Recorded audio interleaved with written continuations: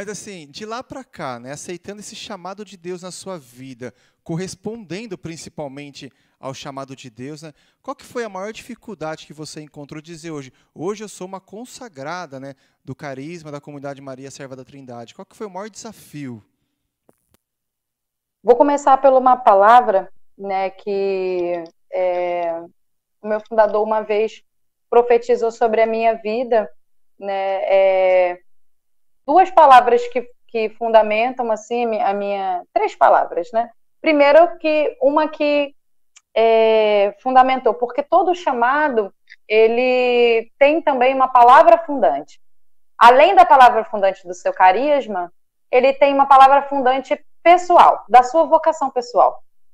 E talvez vocês aí que estão me ouvindo possam identificar isso na sua vida, porque se você não tem essa palavra, você não tem para onde voltar quando a crise vem. Se você não tem essa palavra, você não tem para o ponto de partida. Não sabe por que está. Então, se você não é ancorado, não tem um olhar para essa meta que essa palavra te levou, você não consegue identificar quem é você, né? Porque na formação nós aprendemos que dentro de um carisma e um chamado, existe um chamado ainda específico dentro daquele chamado. Então, muitos são chamados, mas existe um chamado específico dentro de um chamado. Então, bora lá. Eu tinha 17 anos e não cantava, não, né, fazia mímica e tantas essas situações. E com isso, foi me confiado muitas responsabilidades. E eu queria só ficar na cantina, né? E ali os anos foram passando, eu fui sentindo um chamado muito forte à vida missionária, uma igreja em saída, um documento que fundamenta a nossa vocação, é o documento de Aparecida, que nos convida a, de fato, a igreja da América Latina e do Caribe decidir-se a sair, o discípulo que não é só mais discípulos, mas é discípulo e missionário, ouve e leva, ouve e anuncia. Então, eu sempre tive um espírito missionário muito forte.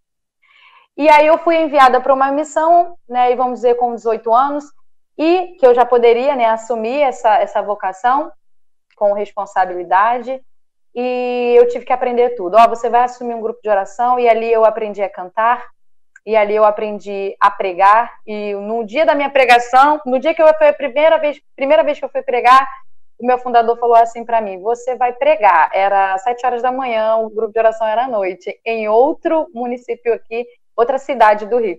Aí eu falei assim, tá bom. E ali eu quase chorando, já desesperada.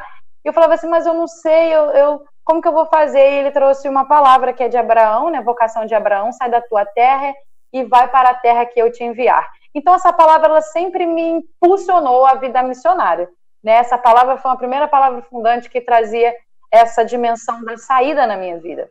A segunda palavra que eu aprendi diante das minhas limitações e dificuldades, aonde eu tinha que cantar e eu não sabia cantar. Hoje as pessoas escutam tudo muito pronto, né? Me escutam no YouTube, me escutam nas lives, me escutam no Instagram, nos vídeos que eu posto. Eu posto, né, semanalmente vídeos de salmos e tudo. Me sinto esse chamado particular. E aí as pessoas veem, admiram e não sabem do meu testemunho. Quanto eu precisei ralar e muito para poder desenvolver o ministério, para poder atender o chamado de Deus, e quanto ainda estou longe da vontade de Deus nessa dimensão. Deus ainda quer que eu vá muito mais longe, mas eu acho que eu ainda estou igual uma tartaruga. Mas eu vou chegar lá, em nome de Jesus. A segunda palavra que Deus me deu foi quando eu falei assim para o Badu, que eu não conseguia, né, que eu me achava que eu não ia conseguir assumir tantas responsabilidades, principalmente com relação ao ministério. E tudo que eu tinha que assumir, achava que eu não ia conseguir, ele trouxe essa palavra para mim, né? O Espírito vos ensinará todas as coisas. E aí eu fui entendendo que era o Espírito que ia me ensinar todas as coisas, né? Que tudo aquilo, a gente tem o querer, Deus nos dá a graça do querer e do fazer, e cabe a nós executar. Então ali eu fui sendo conduzida por esta palavra, né? Que o Espírito Santo ia me ensinar todas as coisas, e de fato foi, né, ao longo da minha história. E o momento mais difícil, né, na minha vida foi momentos de muitos discernimentos, né, momento de amadurecimento, porque às vezes a gente pensa em viver uma vocação sem os pés no chão. Então você que está me ouvindo, você que é jovem, eu sempre fui muito desbravadora, né? tudo aquilo que me mandava, eu vou, sim, Senhor, eu vou, né? Como vai dizer a canção da comunidade, eu construí a tua casa. E aí eu, de fato, sempre fui muito disponível para Deus, né? Desejei muito criar disponibilidade para o Senhor. Mas chegou um determinado momento, né, que a gente se pergunta, e aí, como que vai ser? Como vai ser o futuro? As coisas que a gente projetou, sonhou na nossa, né, ali, como diz o Salmo, né, Senhor, realizar as esperanças do jovem, para que é a oração da liturgia das horas, né, para que eles não desanimem. E muitas esperanças, expectativas, as coisas vão passando, e as coisas não vão acontecendo da forma com que a gente quer, e a gente vai passando por diversas tribulações, situações, por exemplo, no ministério pessoal.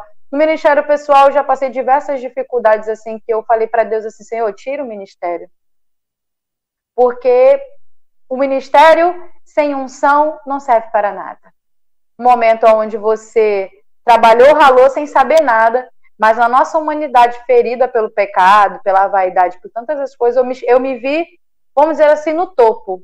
O irmão comentou aí, foi para Canção Nova, cantou, nunca imaginei, né, de estar lá. Mas chegou um determinado ponto que eu cheguei e falei para o Senhor assim, Senhor, se é para poder servir-te sem unção nenhuma, porque a gente sente quando o nosso coração está conectado a Deus, quando a gente está totalmente fora da vontade de Deus, né? Eu entendo quando eu não estou vivendo o carisma que Deus me confiou. Porque é um chamado específico. Quando eu não estou vivendo bem o carisma que Deus me confiou, tá tudo desanda. Tudo desanda na nossa vida. Tanto na vida pessoal, quanto também na vida ministerial. Então, eu falei para Deus, Senhor, pode tirar esse ministério. O Senhor pode tirar. Porque não serve para nada sem a unção, sem a graça. E ali foi o momento que eu tive que retornar. Esse testemunho até dei no canal do YouTube, da comunidade, porque eu acredito que vale muito a pena. Aí eu comecei, porque eu vivia o ministério muito para si, para mim mesmo. Não tinha aquela visão de transbordá-lo na vida do outro. E aí foi quando eu comecei a falar assim, de graça eu recebi, de graça eu tenho que dar. E foi o momento que eu comecei a compartilhar. Aí eu comecei a dar aula de canto, eu comecei a deixar transbordar para que as pessoas pudessem crescer, e eu a cada vez mais diminuir. E ali Deus foi me dando sentido de novo da vida ministerial, né? Deus foi me fazendo eu ter sentido do dom que Ele me deu, né? Que é algo particular, é um dom particular e um ministério particular dentro da comunidade, confirmado pela comunidade, porque não fui eu que quis, não fui eu que falei, peguei o microfone e falei, eu vou cantar. Mas Deus mesmo me confirmou nessa vocação. E além disso, né, os desafios da vida cotidiana, da vida missionária, tanto quando eu era da pertença de aliança, que eu trabalhava, fazia a faculdade, era do Ministério de Música, todos os dias ali trabalhar, todos os dias em missão, então o desafio sempre foi muito grande. O que me sustentou foi o apaixonamento pela palavra de Deus. E aí quem acompanha a gente nas redes sociais e no nossos canais de YouTube vai perceber que a regra e a vida da comunidade Maria Serva da Trindade é o Evangelho. Se não fosse a leitura diária da palavra, se não fosse o contato com a verdade, que é a palavra de Deus, nesses 13 anos de fundação, de vida missionária, né? Desde 2018, Deus me confiou a missão da formação. Não é fácil, mas eu sou chamada também a exercer essa maternidade espiritual dentro da comunidade. Então, quem não é fundamentado na palavra, com toda a nossa limitação humana, com tudo que a gente sabe que a gente... muitas vezes a gente tem que falar, reconhecer a nossa miserabilidade diante de um projeto tão grande de Deus. Mas o que vai me sustentar, e para você que está me ouvindo, o que vai te sustentar nas maiores crises, que às vezes a nossa crise, André, Luiz, ela não é vocacional, tá? Ela é de fé. Uma vez eu estava partilhando com um padre um momento muito difícil vocacional, eu estava achando que estava em crise vocacional.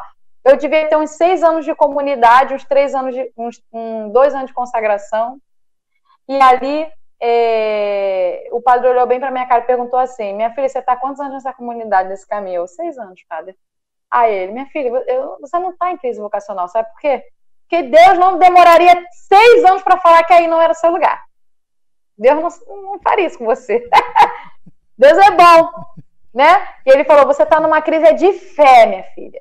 É de fé. E ali eu comecei a entender que crise vocacional não é assim, não é bem assim. Depois que você é consagrado, depois que você quando a gente diz, né, o consagrado ele é instável, ele já realizou tudo na vida, né? O resto é acréscimo. Então, depois que você adquire um status de vida consagrada, você está instável, você não entra em crise vocacional, você entra em crise de fé. E por isso a gente precisa ser sustentado pela palavra.